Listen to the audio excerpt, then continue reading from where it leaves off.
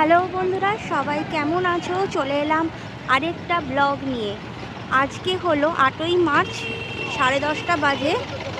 আরও একটা ভ্রমণ কাহিনী সূচনা করতে আমি চলে এলাম এই মুহূর্তে হাওড়া স্টেশনে। এই যে দেখতে পাচ্ছ হাওড়া স্টেশনে নিউ কমপ্লেক্স এটা। আমরা আজকে 18011 হাওড়া চক্রধরপুর এক্সপ্রেসে রওনা দেব পুরুলিয়ার উদ্দেশ্যে। এই মুহূর্তে আমি হাওড়া স্টেশনে 19 নম্বর প্ল্যাটফর্মে দাঁড়িয়ে আছি। আমাদের ট্রেন এখনও দেয়নি, দেখা যাক কখন ট্রেনটা দেয়। এই সবে অ্যানাউন্স করলো আমাদের ট্রেনটা 20 নম্বর প্ল্যাটফর্মে দিয়েছে। ঘড়িতে এখন 11:30 বেজে গেছে। ট্রেনটা ছাড়ার টাইম হলো 11:35। তো এখন 11:30টার সময় ট্রেনটা ঢুকছে। কটায় ছাড়বে জানি না।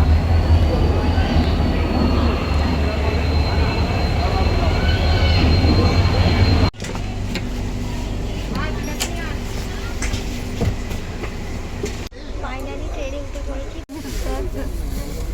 12:01 বাজে ট্রেনটা এখন ছেড়ে দিল। গুড মর্নিং বন্ধুরা, এখন আমাদের ট্রেন পুরুলিয়া ক্রস করে চলে এসেছে। আমরা নামবো বরাবর স্টেশনে। ট্রেনটা প্রায় 8 ঘন্টার মতো লেটও আছে। কালকে তো জানোই অনেকটা রাত্রে ট্রেনটা এসেছে, ছেড়েছেও 12টা নাগাদ।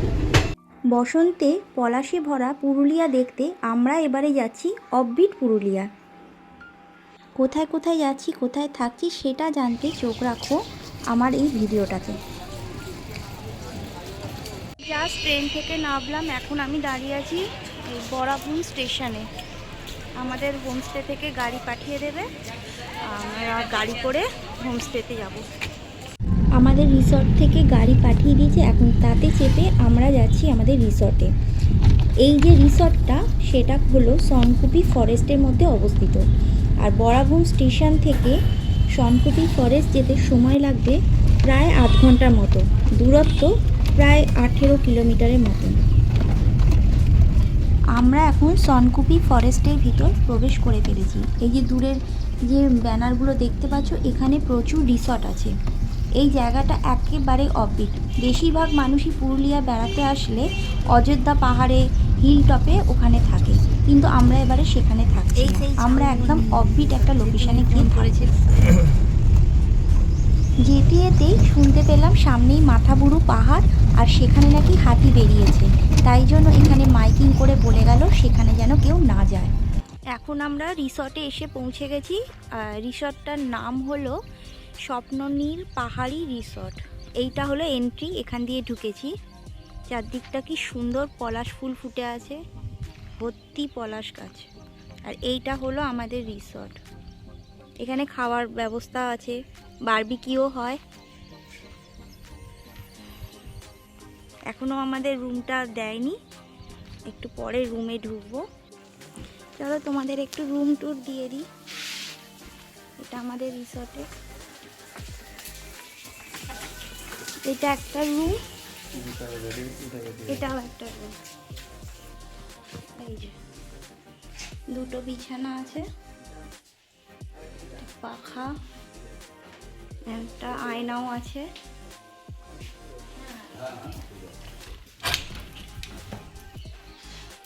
এই যে টয়লেট।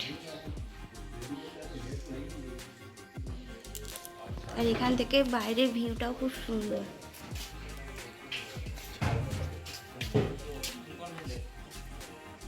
সুন্দর দেখাচ্ছে।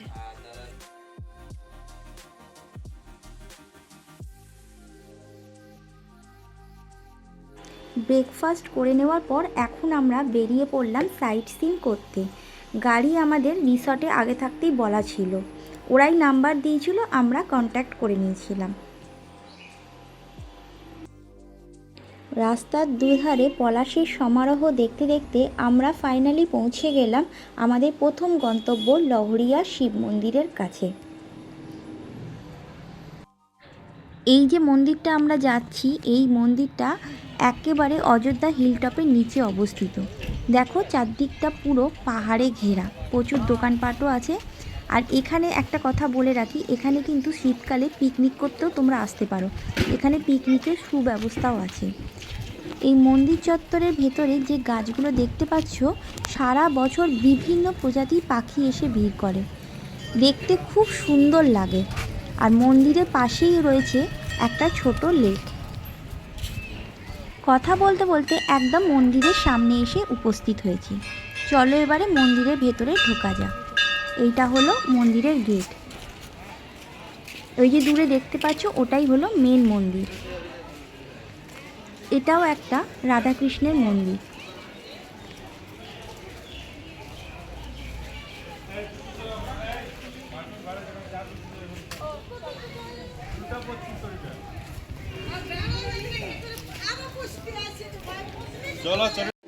এখন আমরা মূল মন্দিরের ভেতরে প্রবেশ করছি।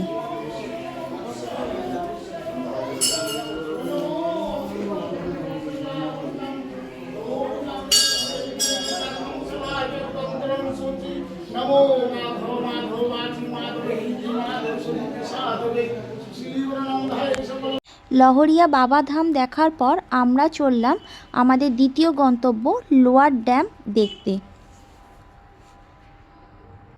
ভিডিওটা দেখে নিশ্চয়ই বুঝতেই পারছো আমাদের গাড়ি ধীরে ধীরে পাহাড়ের ওপর উঠতে শুরু করেছে। আমরা যখন সকালে ট্রেনে ছিলাম তখন একটু ঠান্ডা ঠান্ডা লাগছিল, তারপরে যত বেলা গড়িয়েছে তত গরম বেড়েছে। এখন মনে হয় প্রায় 33-34 ডিগ্রি টেম্পারেচার হবে এই মার্চ মাসে। তাহলে ভেবে দেখো যখন আরও গরম পড়বে তখন টেম্পারেচার কোথায় গিয়ে দাঁড়াবে।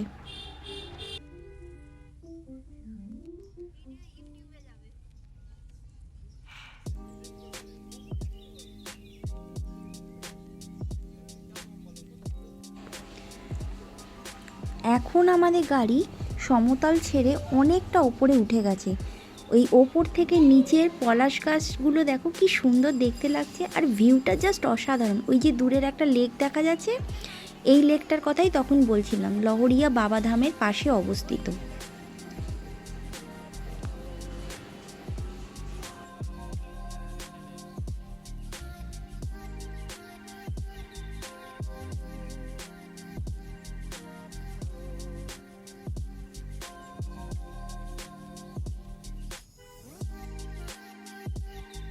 আরও কিছুটা দূর যাওয়ার পর আমরা পৌঁছে গেলাম লোয়ার ড্যাম দেখতে। একটা ভালো ভিউ দেখা যাবে সেরকম জায়গায় গাড়িটাকে দাঁড় করিয়ে দিলাম। পুরুলিয়ার লোয়ার ড্যাম অযোধ্যা পাহাড়েরই একটি অংশ। এটি গুরুত্বপূর্ণ পর্যটন কেন্দ্র এবং পুরুলিয়া পাম্প স্টোরেজ জলবিদ্যুৎ প্রকল্পের একটি অংশ, যা প্রাকৃতিক সৌন্দর্যের এবং পিকনিক স্পটের জন্য বিখ্যাত। এত রোদের তেজ আর গরম লাগছে যে আমরা সেখানে বেশিক্ষণ দাঁড়াইনি। এরপরেই আমরা চলে গেলাম আমাদের তৃতীয় গন্তব্য মানে আপার ড্যাম দেখতে। লোয়ার ড্যাম থেকে আপার ড্যামের দূরত্ব প্রায় 5 কিলোমিটারের মতন, আর সময় লেগেছিল প্রায় 15 মিনিটের মতন।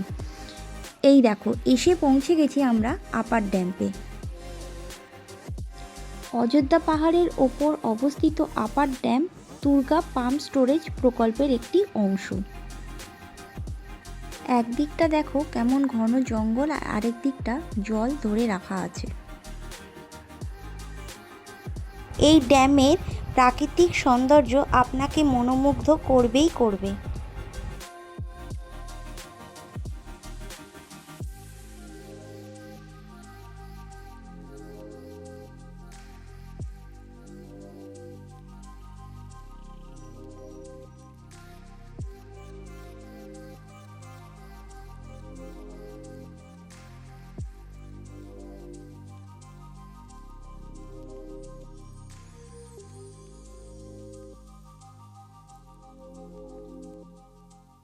এত রোদ্দুর যে বেশিক্ষণ আর দাঁড়াইনি, আবার গাড়িতে উঠে আমরা চললাম পরের গন্তব্যের দিকে।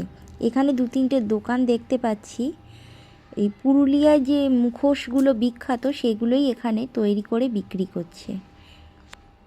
শুধু মুখোশই নয়, আরও বিভিন্ন ধরনের জিনিস এখানে দেখলাম বিক্রি হচ্ছে।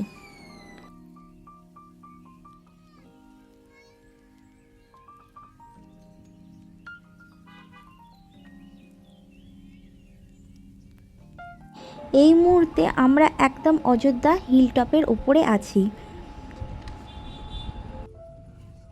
দুই দিকে শালপিয়ালের জঙ্গল আর মাঝে সুন্দর রাস্তা দিয়ে আমরা এগিয়ে চললাম আমাদের পরবর্তী গন্তব্য, বুড়বুড়ি সীতাকুণ্ড।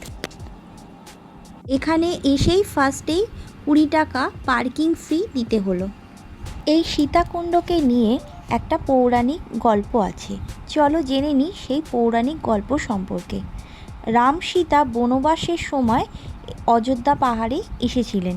সেই সময় সীতা মায়ের তৃষ্ণা নিবারণের জন্য রাম এই স্থানে একটা তীর বিদ্ধ করেন, আর সেখান থেকে বেরিয়ে আসে মিষ্টি জলের একটি স্রোত।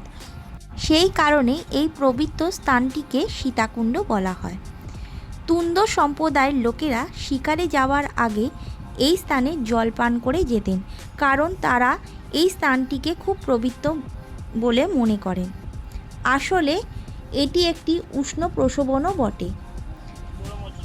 এই সীতাকুণ্ডের 500 মিটারের মধ্যে রয়েছে একটি রাম মন্দির। এটাই হলো সেই রাম মন্দির। এই প্রাচীন রাম মন্দিরটি দূর থেকে দেখেই আমরা চললাম মুরুগুমা ড্যামের দিকে। তোমরা অনেকেই হয়তো ভৌতিক রেলওয়ে স্টেশন হিসাবে বেগুনকোদরের নাম শুনেছ।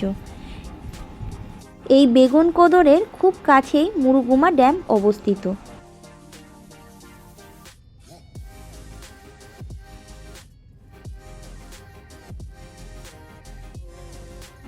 পশ্চিমবঙ্গে পুরুলিয়া জেলার মুরুগুমা গ্রামের খুব কাছেই রয়েছে মুরুগুমা ড্যাম।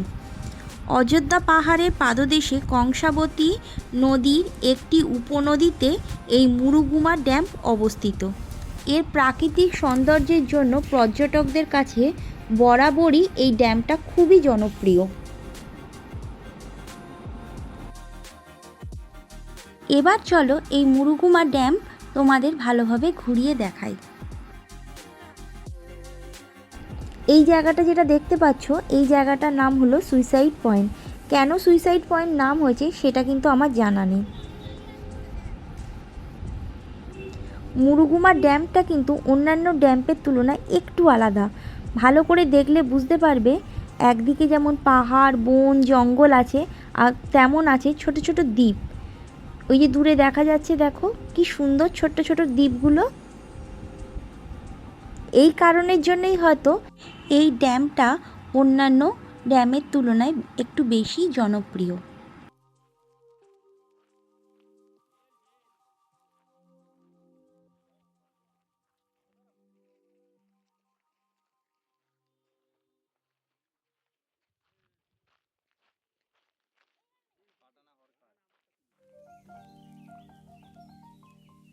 এখান থেকে জাস্ট ভিউটা একবার দেখো, মন ভালো করে দেওয়ার মতন ভিউ একটা।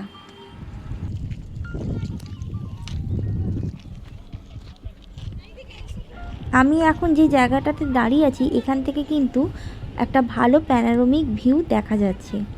আর দূরের পলাশ গাছগুলোয় লাল লাল ফুল ফুটে আছে, সেটাও বেশ সুন্দর দেখা যাচ্ছে।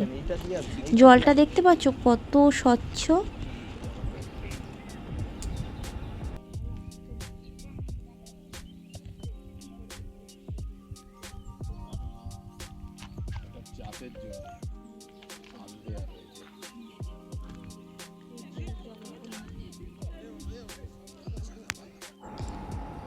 এরপরই আমরা পৌঁছে গেলাম মুরুগুমা ড্যাম থেকে প্রায় 17 কিলোমিটার দূরে অবস্থিত মার্বেল লেক দেখতে।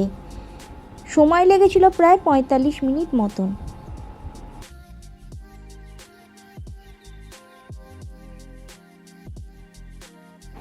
পুরুলিয়ার মার্বেল লেক, যা নীল বাঁধ বা পাতাল বাঁধ নামেও পরিচিত, পুরুলিয়ার পাম্প স্টোরেজ পাওয়ার প্ল্যান্ট নির্মাণের সময় অপ্রত্যাশিতভাবে তৈরি হয়েছিল বলেও অনেকে মনে করেন।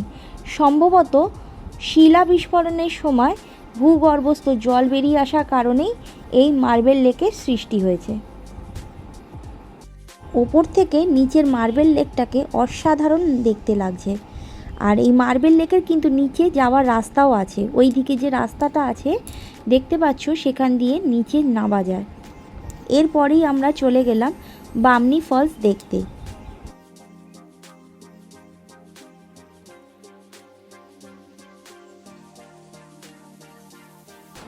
পুরুলিয়া জেলার অযোধ্যা পাহাড়ের কেন্দ্রস্থলে অবস্থিত বামনি জলপ্রপাত। বামনি ফলসে যেতে গেলে 632টি সিঁড়ি বেয়ে নিচে নামতে হয়। চলো দেখা যাক কতটা সিঁড়ি বেয়ে নামতে পারি।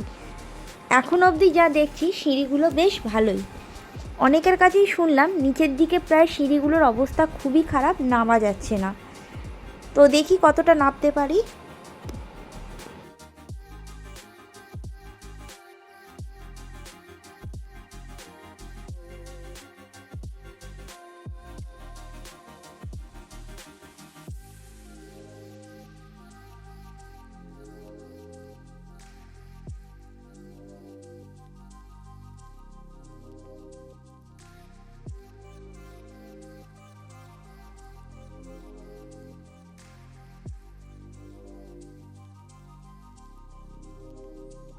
এই জায়গা থেকে সিঁড়িগুলো আস্তে আস্তে খারাপ হতে শুরু করেছে। এখান থেকে ঝর্ণাটা মোটামুটি দেখা যাচ্ছে, নিচে গেলে আরও ভালোভাবে দেখা যাবে, আরও ভালো একটা সুন্দর ভিউ পাওয়া যাবে।